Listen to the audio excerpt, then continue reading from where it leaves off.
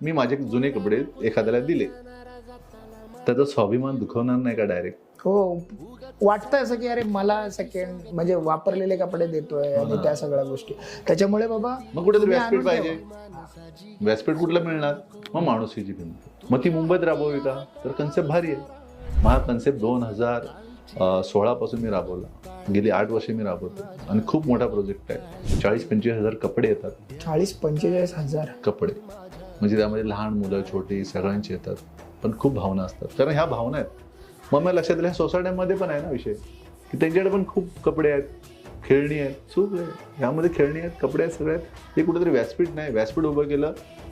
दरवर्षी दिवाळीच्या अगोदर 7 दिवस अगोदर हा प्रोजेक्ट असतो मुंबईमध्ये लोअर परळला आणि तिथं 7 दिवस चालतो. सकाळी 10 वाजता रात्री 10 पण जेणार देत जातो. देणाऱ्यांसाठी वेळ आहे. देणाऱ्यांसाठी 6 वाजल्यावर खूप वेळ असतो. म्हणजे त्याच्यामध्ये एवढी लाईन असते ना की कंट्रोलच्या बाहेर असते. मग ही लोक कोण आहेत? मी एक गरीब आहेत की गरजू आहेत? बऱ्याच जणांनी मला प्रश्न केला की सर हे गरीब नाही आहेत. म्हटलं गरीबाची व्याख्याच नाही ना. आधार कार्डवर पण लिहिलं नाही ना गरीब किती टक्के आहेत. जनरली नाही आयडेंटिफाय करता येत. त्याला आयडेंटिफाय कसं करणार? कारण म्हटलं की हे गरजू आहेत. हे कधी कुणाला मागू शकत नाही. आणि मराठी असेल तर तो स्वाभिमान असतो मराठीचा, तो असं मागू शकत नाही.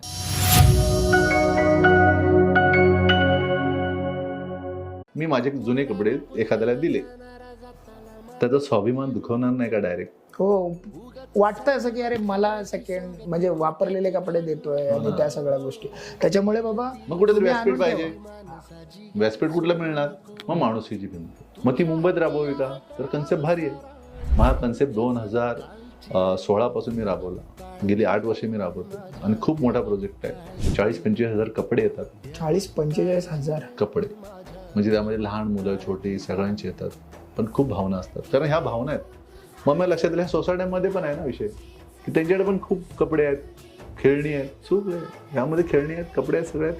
ते कुठेतरी व्यासपीठ नाही. व्यासपीठ उभं केलं.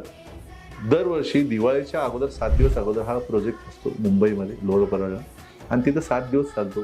सकाळी 10 वाजता रात्री 10 पण जेणार देत जातो. देणाऱ्यांसाठी वेळ आहे. देणाऱ्यांसाठी 6 वाजल्यावर खूप वेळ असतो. म्हणजे त्याच्यामध्ये एवढी लाईन असते ना की कंट्रोलच्या बाहेर असते.